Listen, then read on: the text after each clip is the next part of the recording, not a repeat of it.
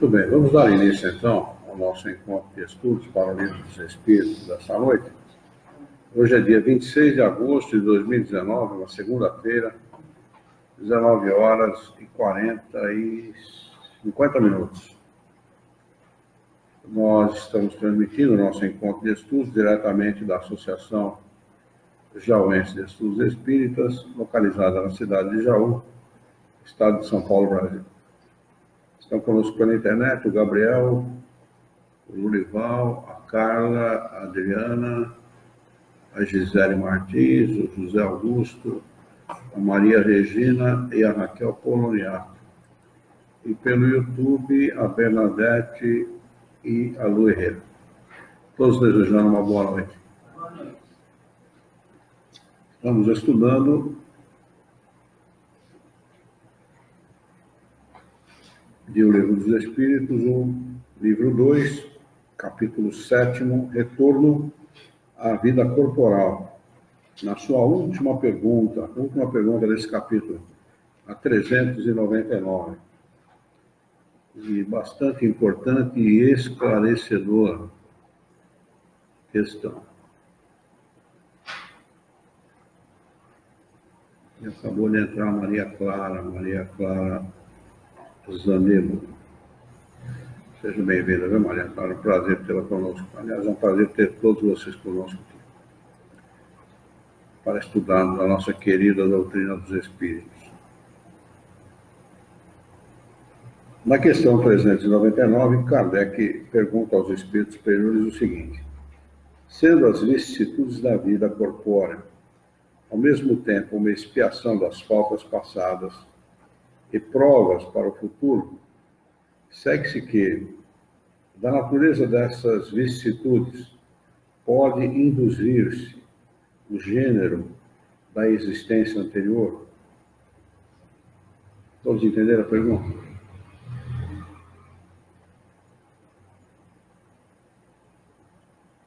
Essa pergunta aqui, ela tem dois aspectos, importantes. Primeiro, ele está perguntando se os sofrimentos da vida, se pelos sofrimentos que a gente sofre aqui nesse mundo, a gente pode deduzir, entender qual foi o gênero de vida anterior. E se a natureza dessas vicissitudes pode levar a alguma conclusão a esse respeito. E os espíritos respondem muito frequentemente. Mas tem uma outra questão na pergunta, e os espíritos vão falar sobre isso também, é que as expiações, elas podem ser expiações, sofrimentos, faltas passadas de outras encarnações e provas para o futuro. Como entender isso? Muito frequentemente eles respondem, pois cada um é punido naquilo em que pecou. Entretanto, não se deve tirar daí uma regra absoluta. As tendências instintivas são o índice mais seguro. Então, são as nossas reações. As nossas reações diante dos fatos, diante das coisas, diante das adversidades, do sofrimento, a nossa capacidade de sofrer pacientemente, ou não, dizem mais daquilo que nós somos do que os sofrimentos em si. Que às vezes a pessoa é capaz de suportar uma dor, mas não é capaz de suportar uma negativa, alguém que discorde da sua ideia. Eles arrematam, porque as provas que um espírito sofre tanto se referem ao futuro quanto ao passado. O passado dá para entender claramente, mas é o futuro. O que vocês pensam? Como é que uma prova pode se referir ao passado e ao futuro? O passado, como o senhor disse, até dá para entender. Agora, o futuro, eu imagino assim. Depende de como você suportar a prova, vai ser o seu futuro. Se você bem suportar, você já está.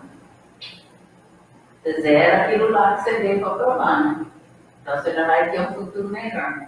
adquirir, né? Então, mas vai determinar as provas e as vicissitudes que se sofrem aqui, que se sofrem nesse mundo, desde já, vai determinar o que o espírito vai passar no futuro e determina aquilo que ele viveu no passado.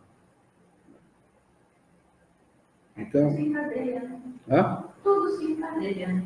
Passado, presente. Se liga.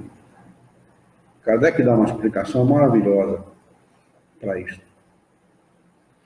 Chegado ao termo, ou ao término, né, que a providência marcou para a sua vida errante, ou seja, para a vida em estado de erraticidade, sem corpo físico, o espírito escolhe por ele mesmo, mais uma vez aí a afirmação clara, de que não existe departamento reencarnatório, coisa nenhuma, quem escolhe a encarnação é o próprio espírito, ele que vai determinar. Escolhe por ele mesmo as provas às quais deseja submeter-se, para apressar o seu adiantamento, ou seja, o gênero de existência, ou gênero de existência que acredita ser apropriado a lhe fornecer os meios. Então, ele é que vai escolher, ele vai determinar, ele vai, entre as possibilidades que ele encontra, determinar aquelas que vão fornecer os meios através dos quais ele vai progredir.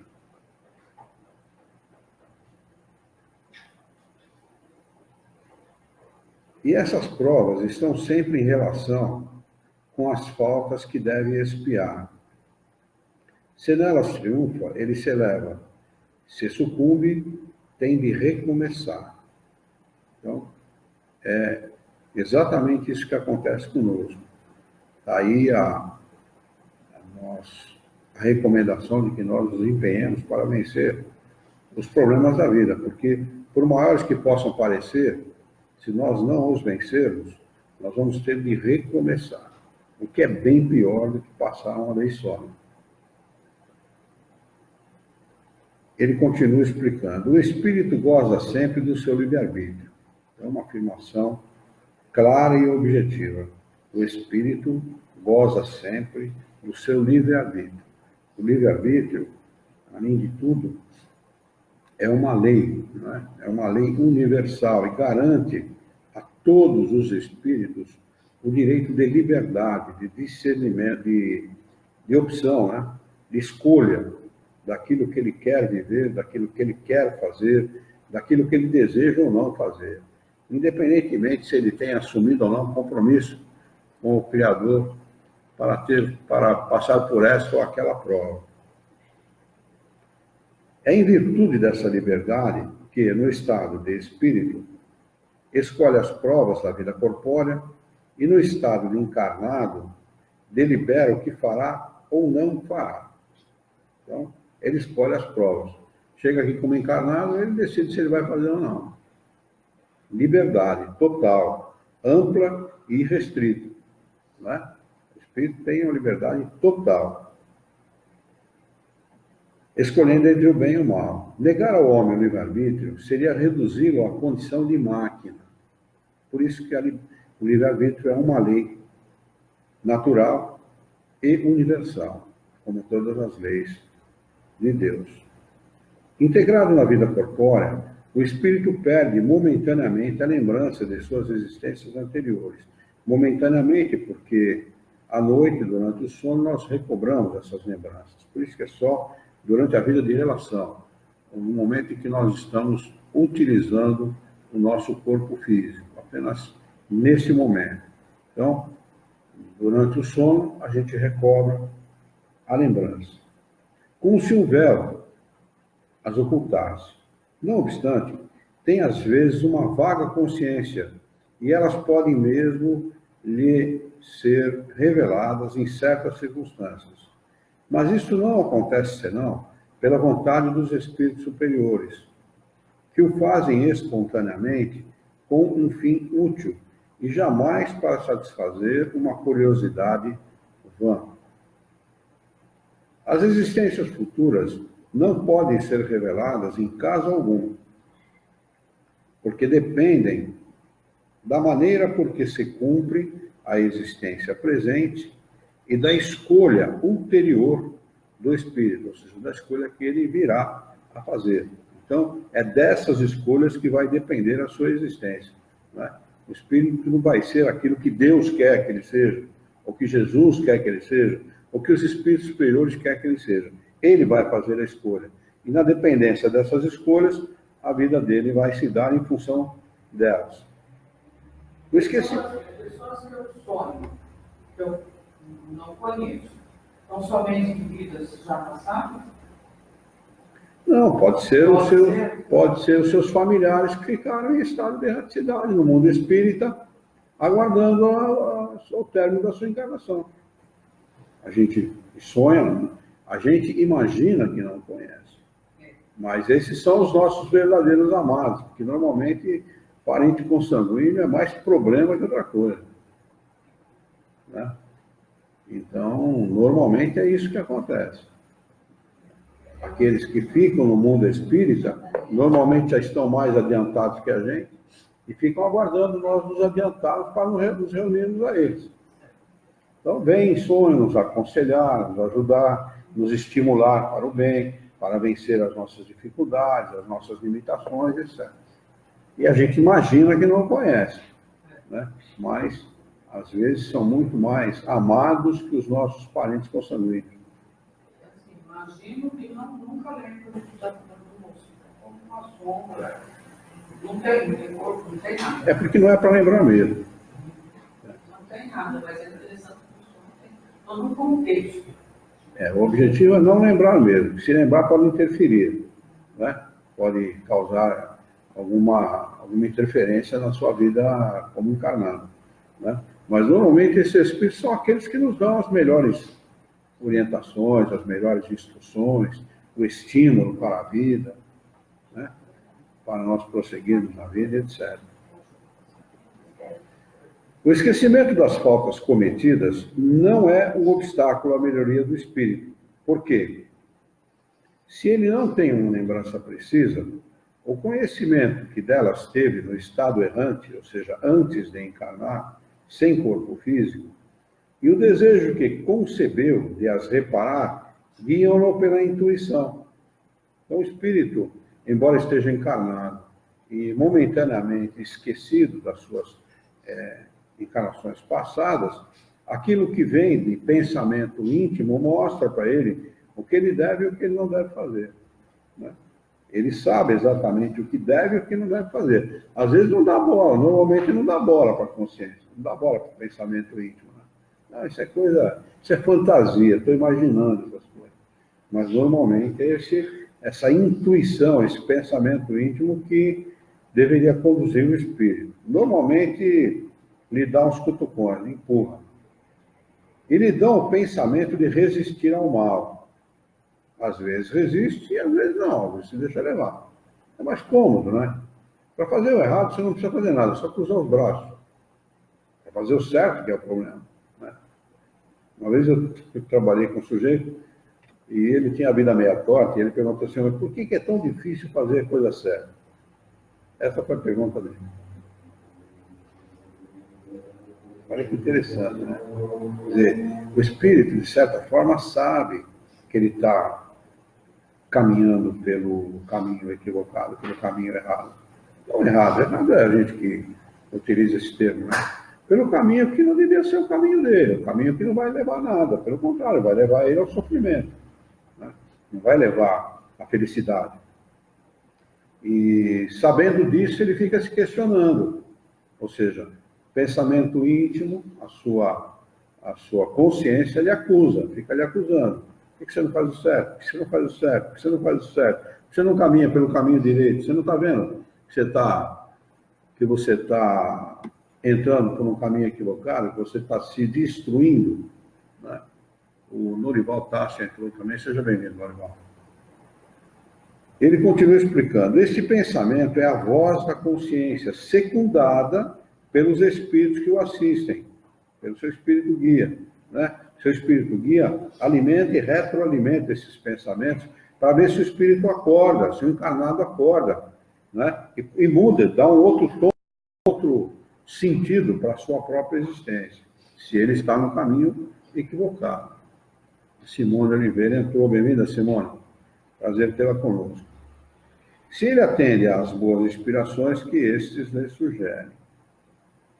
Se o homem não conhece os próprios atos que cometeu em suas existências anteriores, pode sempre saber qual é o gênero de faltas de que se tornou culpado e qual era o seu caráter dominante. Né? Um autoritário vai ter sempre tendência a mandar. Né? O omisso a cruzar os braços diante da responsabilidade, né? O ocioso, a falta de vontade de produzir, de trabalhar, de cooperar, de ajudar, e assim sucessivamente. Basta que se estude a si mesmo e poderá julgar o que foi. Não é pelo que é, mas pelas suas tendências. E as tendências é que são o nosso grande problema. Como elas são? Essas tendências são o pensamento dominante do espírito ao longo da sua vida, ao longo do seu dia. Ele muitas vezes acha mais fácil, é mais fácil mesmo, se deixar levar por essas tendências. Não existe trabalho. O trabalho dá em corrigi-las. O trabalho consiste em corrigi-las. E como a gente não gosta de ter trabalho, é mais fácil submeter às tendências. Esse é o nosso grande problema. Problema de cada um, né? Porque não é problema para os outros, é problema para o espírito. Né? O espírito que se deixa levar, ele que arca com as consequências das suas faltas. As vicissitudes da vida corpórea são, ao mesmo tempo, uma expiação das faltas passadas e provas para o futuro. Porque na dependência de como eles as vivenciam, né, as vicissitudes é tudo aquilo que o nosso mundo, o mundo como o nosso, causa sobre o espírito. Dor, insatisfação, enfim, todos esses sentimentos causados pela vida, não é? A própria tristeza, a mágoa, né, de ver, muitas vezes, um ser sofrendo, um animal, um outro ser humano, enfim, a insatisfação de não ter aquilo que se deseja ter, tudo aquilo que o mundo frustra, né, no desejo do espírito, podem ser consideradas vicissitudes, né? E aquilo que o corpo impõe, as dores, as doenças, as limitações, né? Tudo isso são vicissitudes da vida corpórea. E elas vão determinar o que nós estamos vivenciando em razão daquilo que nós fizemos no passado e daquilo que nós vamos fazer no futuro. Que bem vividas vai determinar, por exemplo, uma situação completamente diferente na próxima encarnação. Completamente. Né? Há uma parte do Evangelho segundo o Espiritismo, não vou lembrar em que lugar que está agora, em que capítulo, mas que fala exatamente disso. O Espírito diz assim: os compromissos bem vividos na vida material, eu estou falando com as minhas palavras, bem vividos, né? Os nossos compromissos bem vividos determinarão os cargos mais importantes e mais difíceis nas futuras encarnações, dados pelo Criador.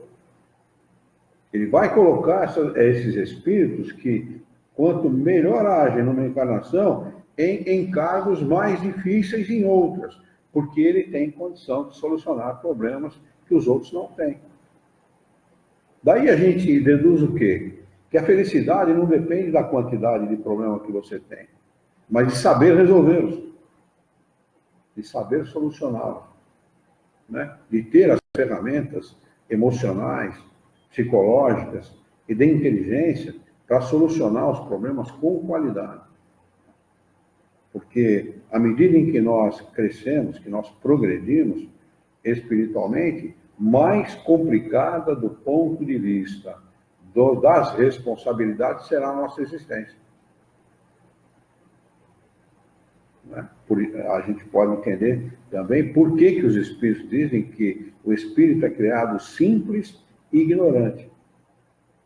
Ignorante porque não desenvolveu ainda todos os seus a sua inteligência e não adquiriu ainda o conhecimento para desenvolvê-la. E simples porque não está ligado à matéria e também não se tornou complexo do ponto de vista das suas estruturas emocionais e intelectuais.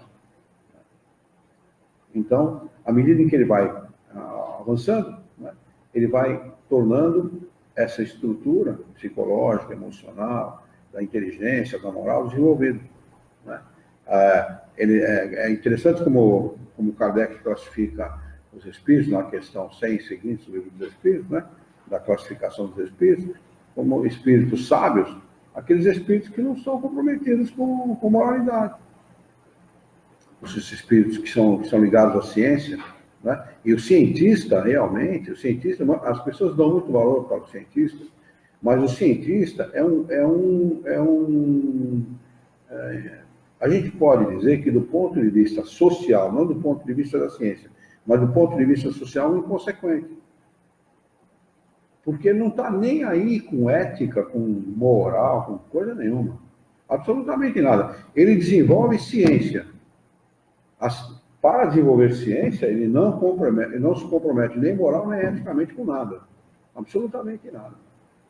Ele pode falsear uma verdade, ele pode enunciar uma coisa falsa como verdade em nome da ciência. Até que ele chegue à conclusão de que aquilo é falso e não é verdadeiro. Isso quantas vezes aconteceu, não? Pode pesquisar aí na ciência, aí vocês vão ver quantas vezes isso já aconteceu. Né? Então, a complexidade do espírito, à medida em que ele vai se tornando complexo, ele vai adquirindo conhecimento e tornando-se um ser complexo do ponto de vista intelectual, moral, etc., ele vai melhorando a sua condição e melhorando a sua maneira de viver, fazendo com que essa maneira seja mais apropriada aos interesses da coletividade, e não ao seu próprio interesse. Por isso que eles dizem, quanto melhor vivenciada as provas e as expiações da vida, o encargo será maior. Nós teremos encargos mais complexos que serão dados pelo Criador para que nós atendamos às necessidades da coletividade. A cada espírito atenda a necessidade da coletividade. Né? Por isso que os homens eminentes, né, os homens de gênio, estão em cargos, muitas vezes esquecidos, né, na sociedade, não têm proeminência social, mas eles desempenham papéis extremamente importantes na sociedade, que melhora a vida da coletividade, que torna a vida da coletividade mais fácil,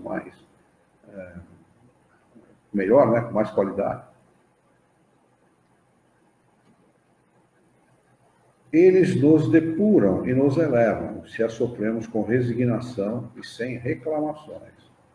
A natureza das vicissitudes das provas que sofremos podem também esclarecer-nos sobre o que fomos e o que fizemos, como neste mundo julgamos os atos de um criminoso pelo castigo que a lei lhe inflige. Assim, este será castigado no seu orgulho pela humilhação de uma existência subalterna. O mal rico e o avarento pela miséria, aquele que foi duro para com os outros pelos tratamentos duros que sofrerá. O tirano pela escravidão, o mau filho pela ingratidão de seus filhos, o preguiçoso por um trabalho forçado e etc. Tudo sempre na proporção das nossas necessidades de evolução. Ficou alguma coisa não esclarecida aí para trás? E nós vamos passar para um novo capítulo agora. Se tiver alguma coisa, é o momento oportuno para nós esclarecermos, senão vamos lá. Capítulo 8, emancipação da alma. Agora vai tratar dessa questão do sono e os sonhos, que é o item 1. Na questão de número 400, Kardec pergunta aos espíritos superiores: o espírito encarnado permanece voluntariamente no envoltório corporal? Ele fica, né? Ele gosta de ficar no corpo físico e tal. Resposta dos espíritos: é como perguntar se o prisioneiro está satisfeito sob as chaves. Gosta de ficar lá encarcerado? O prisioneiro gosta? É claro que não, é evidente. Em relação ao espírito, no corpo, nós podemos multiplicar essa insatisfação por 1000. O espírito encarnado aspira incessantemente à libertação, ou seja, ele pensa e ele almeja essa libertação incessantemente, sempre, ao longo da sua encarnação. Ele vai desejar essa emancipação. E quanto mais grosseiro é o envoltório, mais deseja ver-se desembaraçado. No nosso mundo, então, é por isso que as pessoas se suicidam com uma facilidade muito grande, né? Qualquer coisinha que ele vê que não tem solução e tal, ele tenta escapar pela tangente. Comete 2 erros, né? Primeiro, de não solucionar o problema. E segundo, de tentar solucionar por um método completamente esdrúxulo, né? Um método completamente que infringe a principal lei, que é a lei da vida, né? Que cabe única e exclusivamente a Deus determinar.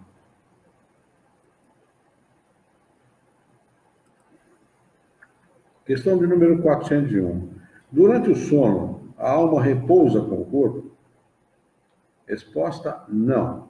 O espírito jamais fica inativo. Durante o sono, os liames, as ligações que o unem ao corpo se afrouxam e o corpo não necessita do espírito. Então, ele percorre o espaço e entra em relação mais direta com os outros espíritos. Enfim, trocando em miúdos, é o seguinte: a gente sai fora, a gente vai procurar os nossos interesses, deixa o corpo na cama e vai procurar os nossos interesses. Hã? E às vezes volta cansado. Dependendo. Pode acontecer, sim. Depende do que faz, pode acontecer. Pode acontecer, porque o espírito, como ele diz aqui, o espírito jamais fica inativo. Jamais fica inativo por quê? O corpo, a atividade do corpo, ela é limitada, porque ela é limitada às forças do corpo, né? O corpo, como ele despende energia, né, para realizar trabalho, ele chega um determinado momento que ele exaure essas energias, ele é obrigado a descansar, né? Senão ele não tem condição de prosseguir. Ele pode até comprometer a própria saúde física, mental, emocional, se ele não descansa, né? Há casos, por exemplo, de loucura, né? A pessoa ser submetida, por exemplo, a ficar acordada 24 horas por dia, 48 horas seguidas, 72 horas, enfim. Há casos de tortura, por exemplo. Na China se faz isso, né? Ali uma vez, o sujeito fica numa gaiolinha, onde ele mal consegue agachar. Deitar ele não consegue. Ele mal fica agachado. E fica uma gota de água pingando na cabeça dele incessantemente. Esse tipo de tortura, pode parecer que não, né? Falando assim, né? Bom, uma gota d'água. Uma gota d'água incessantemente pingando na cabeça do sujeito, sem que ele tenha a possibilidade de agachar. Ele mal agacha, né? Ele consegue dobrar um pouco o corpo só, ele não consegue deitar, né? E fica aquela gota, e ele não tem como se livrar da gota, porque como ele não tem muito espaço, a gota sempre vai cair em cima dele. Leva à loucura. Olha o que é o corpo físico. O nosso corpo é uma coisa muito limitada, bastante limitada. Ele precisa de descanso. E há pessoas, eu conheço gente assim, que considera o sono como perda de tempo, né? Para o espírito é perda de tempo, realmente. Mas para o corpo não. O corpo precisa de descanso, né? Então, é muito necessário a gente dar ao corpo o descanso necessário, o descanso que a natureza exige, né? Sempre esse descanso. Mas o espírito não tem nada a repor, não tem energia nenhuma para repor. Ele não tem órgãos, não tem boca, não tem olho, não tem estômago, não tem rim, não tem sistema circulatório, sistema nervoso, não tem absolutamente nada. O espírito é um ser incorpóreo, não tem corpo, né? Então não tem nada para repor, quer dizer, o corpo fica lá descansando e ele vai procurar os seus interesses, ele vai procurar, entra em relação, como ele diz aqui, com os outros espíritos. O que não significa que ele está numa boa relação. Ele pode, dependendo de se tiver uma vida dissoluta, se reunir com espíritos dissolutos. Né? Mas se o espírito tiver bons interesses, né, bons objetivos, ele vai se reunir com espíritos que vão lhe dar a instrução necessária, a orientação necessária, o estímulo necessário, né, os esclarecimentos necessários. Se eu não me engano o nome dele, eu nunca sei direito, mas ela sabe. George Washington Carver. Né? Eu sempre cito esse exemplo, porque esse exemplo é bastante apropriado a esse assunto. O George Washington Carver, ele desenvolveu para o amendoim mais de 50 aplicações diferentes. A pasta de amendoim veio dele. Era um negro, ele foi escravo nos Estados Unidos. Ele, durante a escravidão, foi no momento em que os Estados Unidos começou a pensar em libertar os escravos e tal, e ele andava não sei quantos quilômetros por dia para ir à escola e tal. O dono dele liberava para estudar. Ele, nesse período, com 20 e poucos anos de idade, 27 anos de idade, se eu não me engano, ele recebeu a libertação, né? Ele deixou de ser escravo. Ele começou a frequentar a escola mais diretamente, formou-se e tornou um cientista.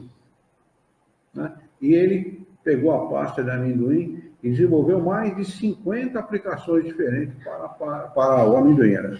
Uma dessas aplicações é a pasta de amendoim, que é muito apreciada. No Brasil não, mas nos Estados Unidos usa muito. Né? Tentaram colocar aqui, mas não deu certo. O pessoal não gostou. Eu experimentei, para mim não gostei muito. Eu gosto de amendoim. Né? Mas o George Washington Carver, ele conta no livro dele, como é que chama? Laboratório de Deus, o nome daquele livro, né? Laboratório de Deus, para vocês que estão pela internet, procurem nas livrarias espíritas, façam uma pesquisa aí na internet, chama-se o Laboratório de Deus, ou Laboratório de Deus, não tem O na frente? Você não lembra?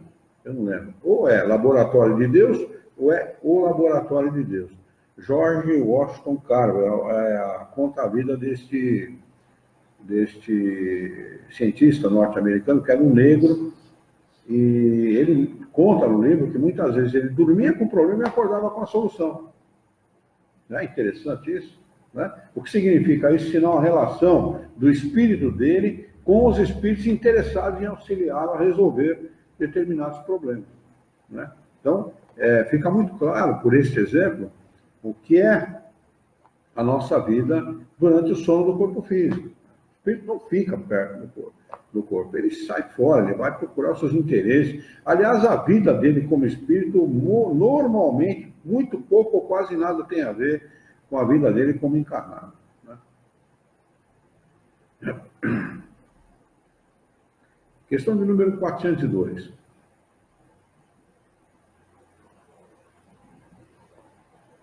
Como podemos julgar a liberdade do espírito durante o sono?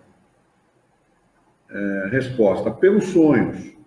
Sabeis que, quando o corpo repousa, o espírito dispõe de mais faculdades que no estado de vigília. Tem a lembrança do passado e, às vezes, a previsão do futuro. Adquire mais poder e pode entrar em comunicação com os outros espíritos, seja deste mundo, seja de outro.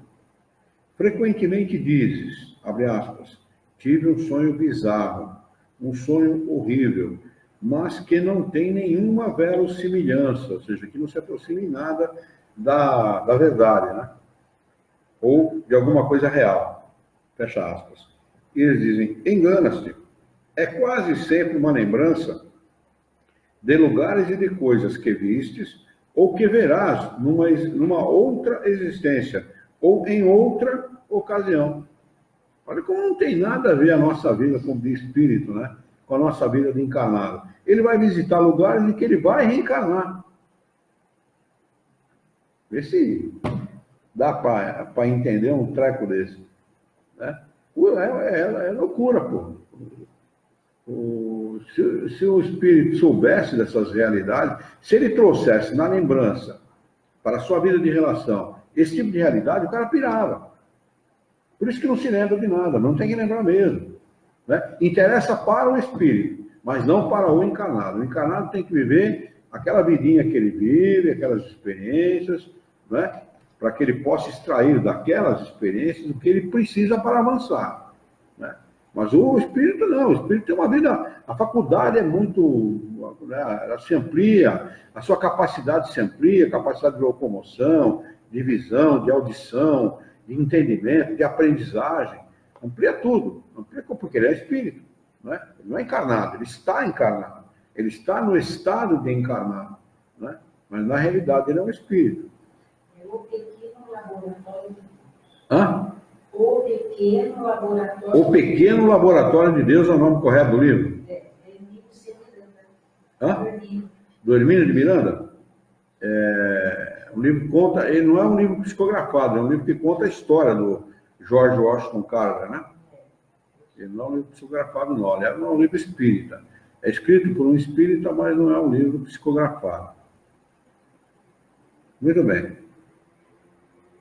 Pobres homens, que conheceis tão pouco dos mais ordinários fenômenos da vida. É muito interessante mesmo, né?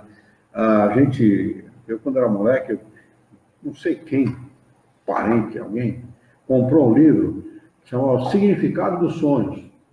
E ali o cara tentava decifrar, né, qual era o significado do sonho que o cara teve.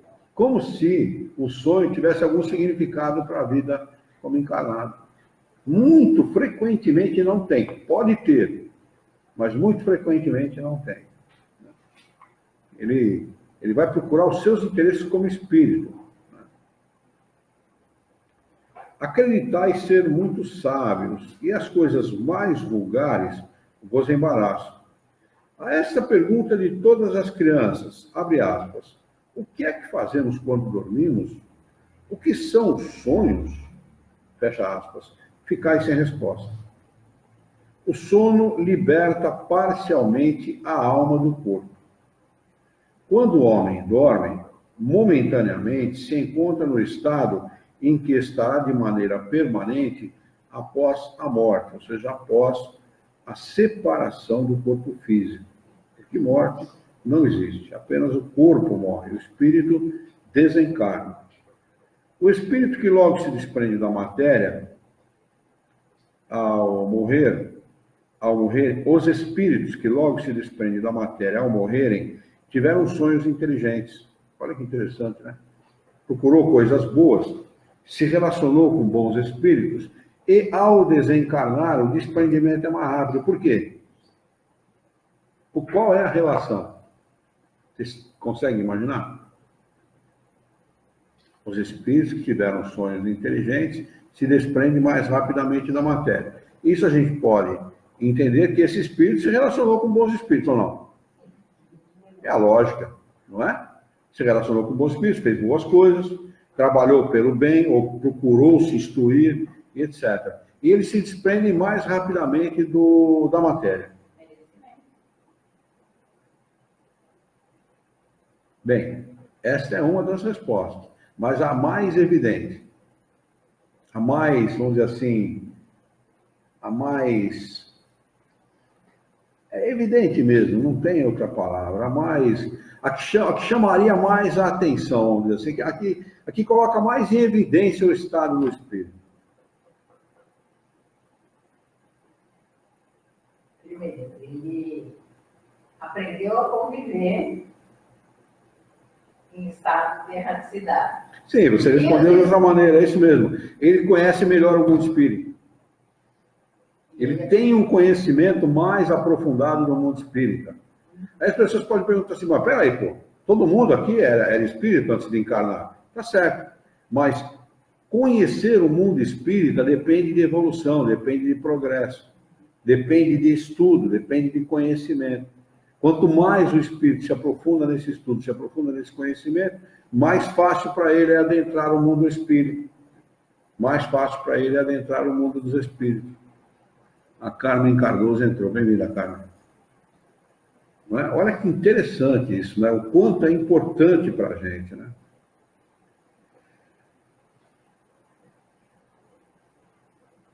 Os espíritos que logo se desprendem da matéria, ao morrerem, tiveram sonhos inteligentes. Esses espíritos, quando dormem, procuram a sociedade dos que lhes são superiores. Viajam, conversam e se instruem com eles. O que é se instruir, se não adquirir conhecimento?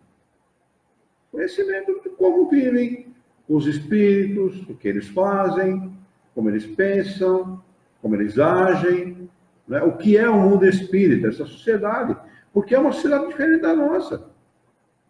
Não é? Os espíritos, eles afirmam, os espíritos superiores afirmam que quando nós desencarnamos, nós temos que reaprender a viver no mundo espírita. Assim como quando nós encarnamos, nós temos que aprender a viver no mundo material.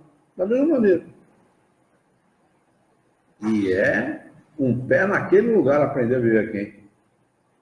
Toca aprender a andar, falar, aprender a conviver com os outros, aguentar.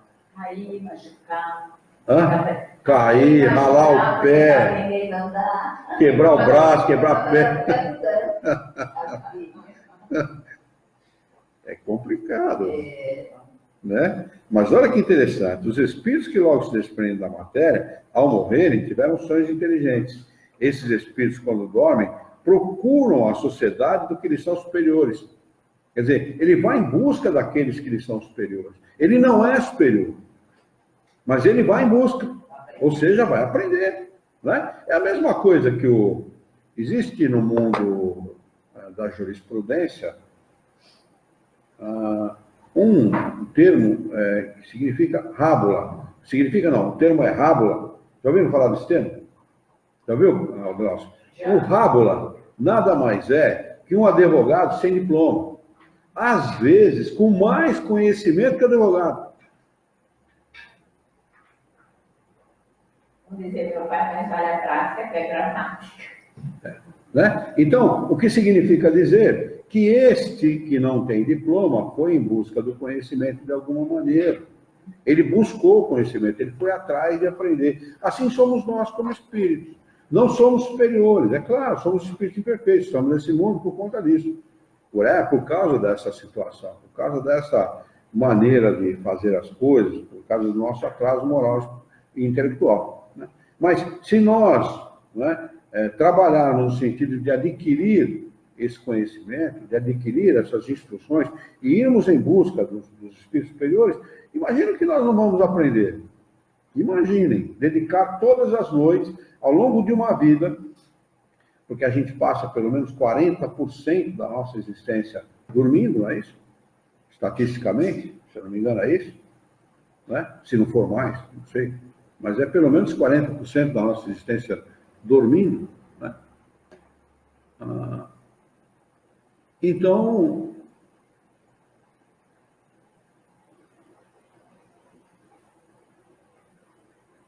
a Bernadette escreveu, eu às vezes sonho que não aconteceu nada nas pernas, ela teve um problema nas pernas, ela sonha que não teve nenhum problema. É assim, os sonhos são isso, né? Mas imagina, né? Buscar sociedades que não são superiores, eles viajam, conversam e se instruem com eles, viajam. Ou seja, vai viajar para onde? Para outros planetas, vai longe, se manda. Né? Mas como é que pode? Tem gente que dorme no máximo 4, 5 horas por noite. A gente, em 4, 5 horas, como encarnado, em 2 horas e 40, fiando o pé no acelerador, você está em São Paulo. 2 horas e 45, você está em São Paulo. Né? Você imagina o que significa esse tempo para quem se locomove com a força do pensamento, sem combustível, sem pagar pedágio e sem precisar acelerar nada. Imagina onde ele vai, imagina o que ele percorre. Não é? Então lá, viajam, conversam e se instruem com eles. Trabalham mesmo em obras que encontrarão concluídas ao morrer. Não é? Eu não sei o que eles querem dizer com obras, porque quando a gente fala em obras aqui, a gente logo imagina o quê? Algum trabalho material que você está fazendo, não é? Alguma coisa manufaturada, né? Feita pelas mãos, ou algo assim. Mas no mundo espírita, o espírito não trabalha materialmente, ele trabalha intelectualmente. Se ele só trabalha intelectualmente, Essas obras referem-se a quê? Conhecimento. Não pode ser outra coisa. Não é? Então você adquiriu ao longo de uma encarnação um conhecimento que você não tinha. Essa é a obra que você vai encontrar realizada. Você não sabe disso como encarnado, mas certamente isso lhe ajuda, com certeza. Vai melhorar a tua vida, você vai ficar mais dinâmico, você vai ficar cada vez mais ligado com o Criador, com os bons espíritos, com as coisas boas, com certeza. Essa é a guinada que a gente dá na nossa vida, e que eu costumo dizer que não tem mais retorno. Depois que se conhece a doutrina espírita, você dá uma guinada na tua vida que não tem mais retorno. Não tem mais jeito de você voltar para aquela vidinha que você tinha antes. Né? Porque você se esclareceu, você abriu a tua mente, você abriu a tua compreensão, você mudou a tua maneira de ser. Né? E essa é a obra que eles dizem aqui que nós vamos encontrar realizada ao desencarnar.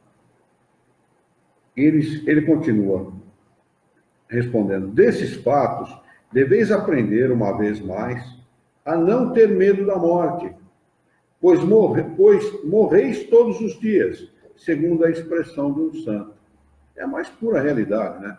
O corpo ele vai perdendo vitalidade, ele vai perdendo elasticidade, ele vai perdendo capacidade, à medida que os anos vão passando. Né?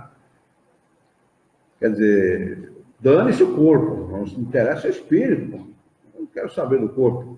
Ele que se arde, ele vai me trazer dor, ele vai me trazer problema, mas vai trazer uma vez só, não vai trazer duas. O que interessa é o espírito, né? Como o nosso espírito vai estar, como ele vai estar quando nós encarnarmos, é isso que interessa. Né? Isto para os espíritos elevados, pois a massa dos homens, ou a maioria deles, que com a morte devem permanecer longas horas nessa perturbação, nessa incerteza de que vos tem falado. Vão, seja a mundos inferiores à terra, onde antigas afeições os chamam, seja a procura de prazeres, talvez ainda mais baixos do que possuíam aqui.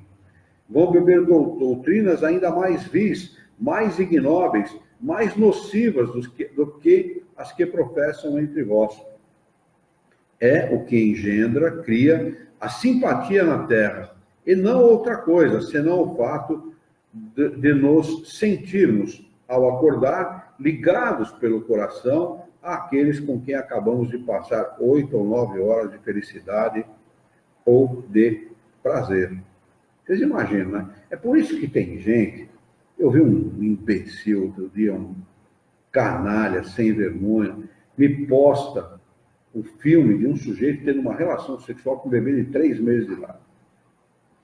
Como é que pode alguém, né? Dá para imaginar por aqui, ó, pelo que eles estão explicando agora, acabaram de explicar, aonde este cara vai tirar e vai alimentar essa tendência dele. Só pode ser em lugares mais atrasados do que a Terra. Porque qualquer um aqui na Terra se sente indignado com uma situação como essa, apesar de sermos espíritos ainda imperfeitos. Né? Eu vou ler de novo, olha que interessante. Ele diz assim, que o que ele explicou antes é isto para os espíritos elevados, ou seja, que vão buscar se relacionar com espíritos superiores, vão aprender, vão viajar, vão trabalhar no sentido de melhorar. Pois a massa dos homens, a maioria dos homens que vivem aqui na Terra, que com a morte devem permanecer longas horas nessa perturbação, nessa incerteza de que você tem falado. Vão, seja a mundos inferiores à Terra, onde antigas afeições os chamam, seja a procura de prazeres, talvez ainda mais baixos dos que possuíam aqui. Vão beber doutrinas ainda mais vis, mais ignóbeis, mais nocivas do que as que professavam entre vós. É o que engendra, constrói, cria, né, a simpatia na terra. Não é outra coisa senão o fato de nos sentirmos, ao acordar, ligados pelo coração àqueles com quem acabamos de passar 8 ou 9 horas de felicidade ou de prazer. O que explica também as antipatias invencíveis é o sentimento no fundo do coração que essas pessoas têm uma consciência diversa da nossa. porque as conhecemos sem jamais as ter visto. O que ele está dizendo aqui é que muitas vezes uma antipatia gratuita de alguém por nós, ou de nós por alguém, tem a ver exatamente com esse fato. A vida que o espírito leva ao longo do sono do corpo físico. No sonho, durante o seu sonho. O que ele busca, quais são os seus interesses, como ele pensa. Então, como há uma rejeição fluídica, né? Como os fluidos se repelem, a antipatia é natural, a gente não sabe muito bem por quê. É ainda o que explica a indiferença, pois não procuramos fazer novos amigos, quando sabemos ter os que nos amam e nos querem. Numa palavra, o sono influi mais do que pensais sobre a nossa vida. Por efeito do sono, os espíritos encarnados estão sempre em relação com o mundo dos espíritos. Olha, é uma afirmação dos espíritos superiores. Por efeito do sono, ou seja, porque nós dormimos, né, ao longo da noite, o sono do corpo e não do espírito, os espíritos encarnados estão sempre em relação com o mundo dos espíritos. Sempre. Ninguém deixa de estar, ou para o bem, ou para se instruir, né? Ou para adquirir conhecimento, ou para isso que ele acabou de relatar aqui, para vícios, para coisas ignóbeis, coisas vis, coisas, né, que não vale nem a pena falar. E é isso o que faz que os espíritos superiores consintam, sem muita repulsa, encarnar-se entre vós. Só aceitam encarnar entre nós porque tem a possibilidade de dormir e entrar em relação com os outros espíritos superiores. Senão não aceitariam encarnar entre nós. Deus quis que, durante o seu contato com o vício, pudessem eles retemperar-se na fonte do bem, para não falirem, eles que vinham instruir os outros. Ou seja, neste fato, de todos os dias, entrar em relação com os espíritos superiores como ele, eles se retemperam, se fortalecem para poder cumprir a sua tarefa aqui na Terra. O sono é a porta que Deus lhe abriu para o contato com os seus amigos do céu. É o recreio após o trabalho, enquanto esperam o grande livramento, ou seja, a morte do corpo físico. A libertação final que deve restituí-los ao seu verdadeiro meio. O sonho é a lembrança de que vosso espírito viu durante o sono.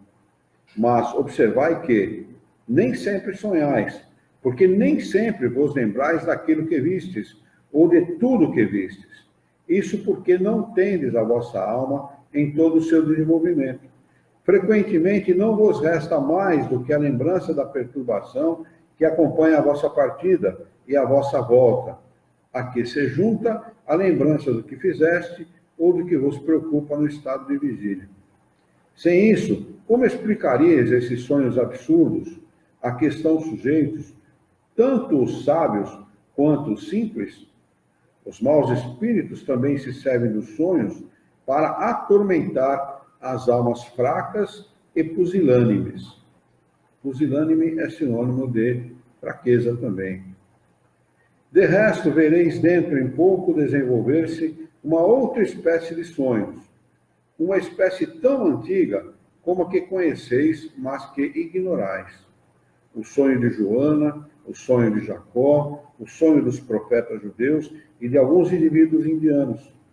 Esse sonho é a lembrança da alma inteiramente liberta do corpo, a recordação dessa segunda vida de que há pouco eu vos falava.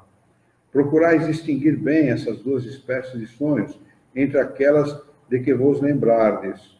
Sem isso, caireis em contradição e em erros que seriam funestos para a vossa fé. Acrescenta Kardec a seguinte explicação. Os sonhos são o produto da emancipação da alma, que se torna mais independente pela suspensão da vida ativa e de relação. Daí uma espécie de clarividência indefinida, que se estende aos lugares os mais distantes, ou que jamais se viu, e algumas vezes mesmo a outros mundos. Daí também a lembrança que retraça na memória os acontecimentos verificados na existência presente ou nas existências anteriores. A extravagância das imagens referentes ao que se passa ou se passou em mundos desconhecidos, entremeadas de coisas do mundo atual, formam esse conjunto bizarro e confuso, conjuntos bizarros e confusos, que parecem não ter senso nem nexo. A incoerência dos sonhos ainda se explica pelas lacunas decorrentes da lembrança incompleta do que nos apareceu no sonho, tal como um relato ao qual se tivessem truncado frases ou parte de frases ao acaso. Os fragmentos restantes, sendo reunidos, perderiam toda a significação racional. Regina Carvalho acabou de entrar. Seja bem-vinda, Regina.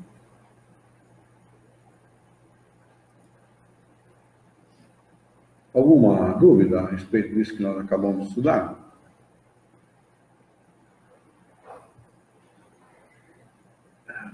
Muito bem. Questão de número 403. Pergunta de Kardec aos espíritos superiores: por que não nos recordamos sempre dos sonhos? Resposta: nisso que chamais sono, só tens o repouso do corpo, porque o espírito está em movimento. No sono, ele recobra um pouco da sua liberdade e se comunica com os que lhe são caros, seja neste caso, neste ou em outros mundos. Mas, como o corpo é de matéria pesada e grosseira, dificilmente conserva as impressões recebidas pelo espírito, mesmo porque o espírito não as percebeu pelos órgãos do corpo. Ou seja, não foi o cérebro que filtrou a experiência, né? E como o corpo é muito grosseiro, o espírito procura se livrar o mais rapidamente dele possível. Ele dorme, ele se distancia. Se o corpo fosse mais sutil, esse corpo receberia com mais qualidade essas impressões, não é? Então, talvez nós nos lembrássemos muito de muita coisa que se passa ao longo do sono, ao longo dos sonhos. Mas devido à grosseria dos nossos corpos, nós não nos lembramos. Questão número 404. Que pensar da significação atribuída aos sonhos? Os sonhos não são verdadeiros, como entendem os ledores da sorte, pelo que é absurdo admitir que sonhar com uma coisa anuncia outra. Eles são verdadeiros no sentido de apresentarem imagens reais para o espírito, mas que frequentemente não têm relação com o que se passa na vida corpórea. Muitas vezes, ainda, como já dissemos, são uma recordação. Podem ser, enfim, algumas vezes, um pressentimento do futuro, se Deus o permite, ou a visão do que se passa no momento em outro lugar a que a alma se transporta. Não tendes numerosos exemplos de pessoas que aparecem em sonhos para divertir parentes e amigos do que lhes está acontecendo? O que são essas aparições, senão a alma ou o espírito dessas pessoas que se comunicam com a voz? Quando adquiris a certeza de que aquilo que viste realmente aconteceu, não é isso uma prova de que a imaginação não tem, com o fato, sobretudo se o ocorrido absolutamente não estava no vosso pensamento durante a vigília? Questão de número 405. Frequentemente se vêem em sonhos coisas que parecem pressentimentos e que não se cumprem. De onde vêm elas? Resposta dos espíritos superiores: podem cumprir-se para o espírito, se não se cumprem para o corpo. Quer dizer, mais claro que isso, que são duas vidas independentes, eu acho que é impossível, né? Fica bem distinto aqui, né? Há o sonho, que tem relação direta com a vida corpórea, que são instruções para ela, e há sonhos que não têm relação nenhuma. Relacionamentos que o espírito faz com outros espíritos que só tem a ver com a vida do espírito, ou com os interesses dele como espírito. Ele vai vivenciar em outras encarnações, ou mesmo no mundo espírita. Não é?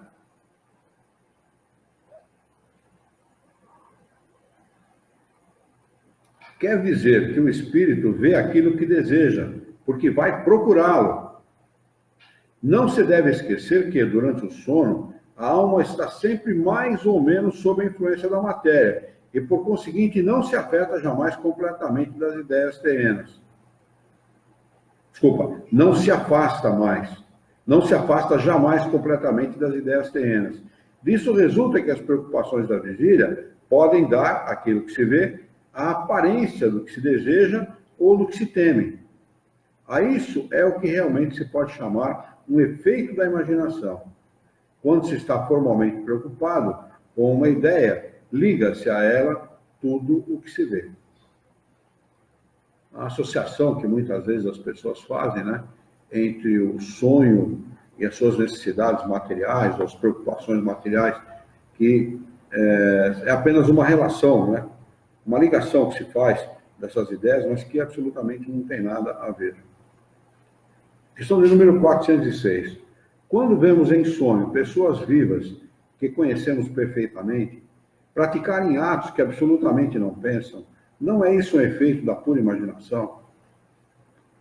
Resposta dos espíritos superiores. Em que absolutamente não pensa? Como é que você sabe que está pensando? Como o sabes?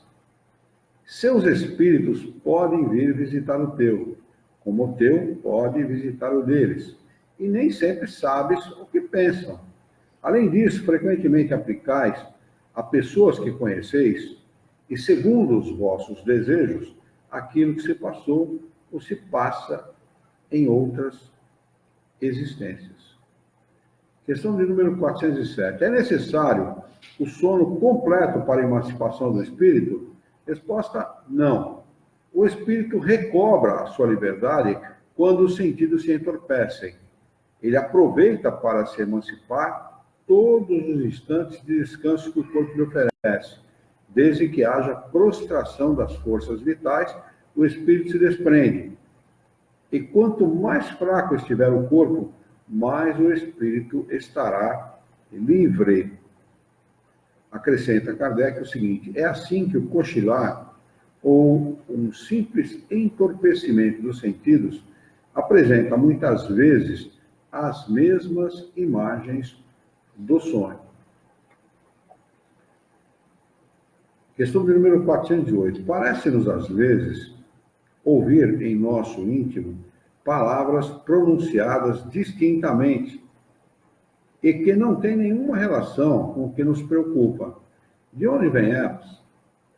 Resposta: sim, até mesmo frases inteiras, sobretudo quando os sentidos começam a se entorpecer.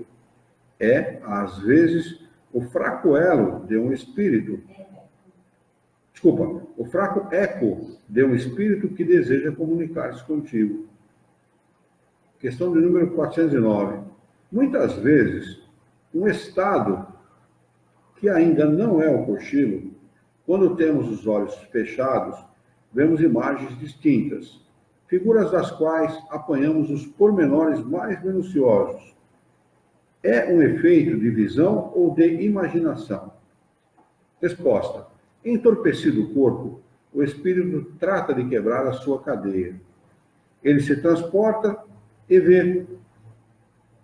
E se o sono fosse completo, isso seria um sonho. Quando ele fala em transporte, ele se transporta, ele quer dizer, se distancia do corpo, porque o espírito não se transporta. Não é transportar-se no sentido absoluto da palavra, no significado absoluto da palavra, mas um distanciamento, ele se distancia do corpo, permanece ligado por aquele fio fluídico, né? Permanece a ligação fluídica, mas ele se distancia.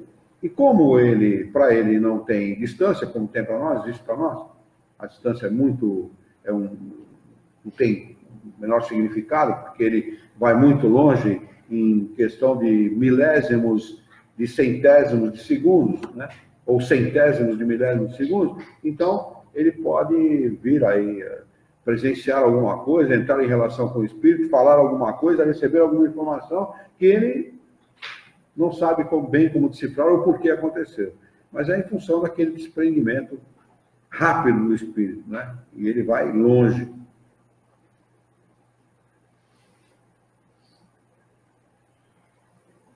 (410) Tem-se, às vezes, durante o sono ou o cochilo, ideias que parecem muito boas e que, apesar dos esforços que se fazem para recordá-las, se apagam da memória. De onde vêm essas ideias? Respostas: são o resultado da liberdade do espírito, que se emancipa e goza, nesse momento, das mais amplas faculdades. Frequentemente, também são conselhos dados por outros espíritos. Caso, por exemplo, outro dia a Luciana falou: pai, eu tinha uma coisa para te contar, e eu segurei na memória, segurei, e só que eu lembrei, eu acordei e estava lembrando, eu ia anotar aquilo, quando eu fui anotar, esqueci. Interessante isso, né? É muito interessante. Quer dizer, não tem que lembrar nada, né? Questão de número 410A. De que servem essas ideias ou esses conselhos se a sua recordação se perde e não se pode aproveitá-los? Resposta: essas ideias pertencem algumas vezes mais ao mundo dos espíritos que ao mundo corpóreo. Mas o mais frequente é que, se o corpo as esquece, o espírito as lembra, e a ideia volta no momento necessário como uma inspiração do momento. Aí você tem uma ideia muito boa, né? Luminosa, e não sabe de onde veio. Vem desses momentos que você vivenciou durante o sono, né? Questão de número 411, para nós terminarmos aqui esse item. O espírito encarnado, nos momentos em que se desprende da matéria e age como espírito, conhece a época da sua morte? Resposta: muitas vezes a pressente, e às vezes tem dela uma consciência bastante clara, o que lhe dá, no estado de vigília, a sua intuição. É por isso que algumas pessoas preveem, às vezes, a própria morte com grande exatidão. Questão do número 412.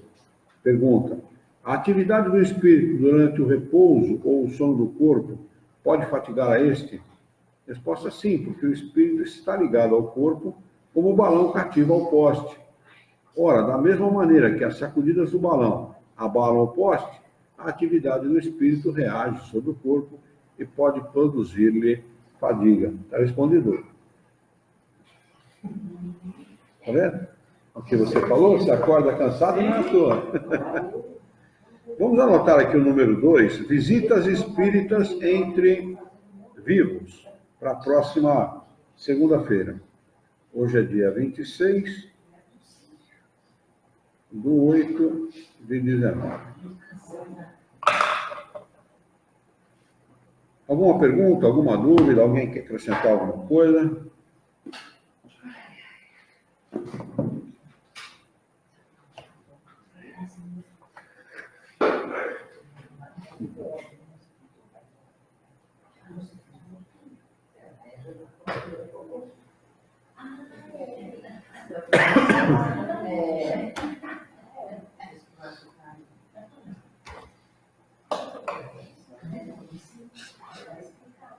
Podemos encerrar, então?